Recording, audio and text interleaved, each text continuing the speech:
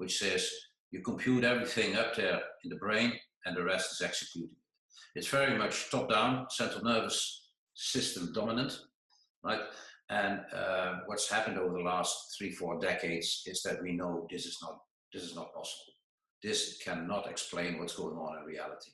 So an alternative popped up, which says, listen, you have to look at how the body is structured much more and how the body copes with all kinds of components that are involved in negotiating the environment and the body with each other. And that's much more a bottom-up stream. So properties of muscles and so on, they have an influence on movement is controlled. And as you can see here in the middle, this top-down stream and this bottom-up stream obviously have to be linked somewhere. They have to cooperate in a proper way. Now, if you look at how this bottom-up stream works, then degrees of freedom come into play. So the big problem that's been, let's say, coined by Bernstein long time ago is that the big problem in movement is that we have too many degrees of freedom, symbolized by all these circles around joints, like for instance, this circle around the elbow, 2 degrees of freedom, this one on the shoulder, 6, right, and so on and so forth.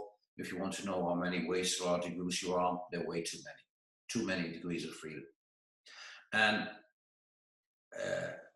that's not the whole thing that's in their anatomy, because, and that's what something Turvey came up with, there's also degrees of constraints. In the anatomy, there is structures that reduce degrees of freedom, so that automatically, if you move, reduce the freedom you have in joints to move. So there's less complicated organism to control. And that's symbolized by this figure here. And this figure basically is nothing else but an example of biotensegrity. In biotensegrity, you have push forces and pull forces, and they are in an equilibrium. So the rod, that's a push force. It can handle push forces. So you can push it from the top and the bottom, and it will be stable. The ring also can handle push forces. You can push it from the side inward, and it still will be stable. And the wires, they can handle pull forces. If you pull the wire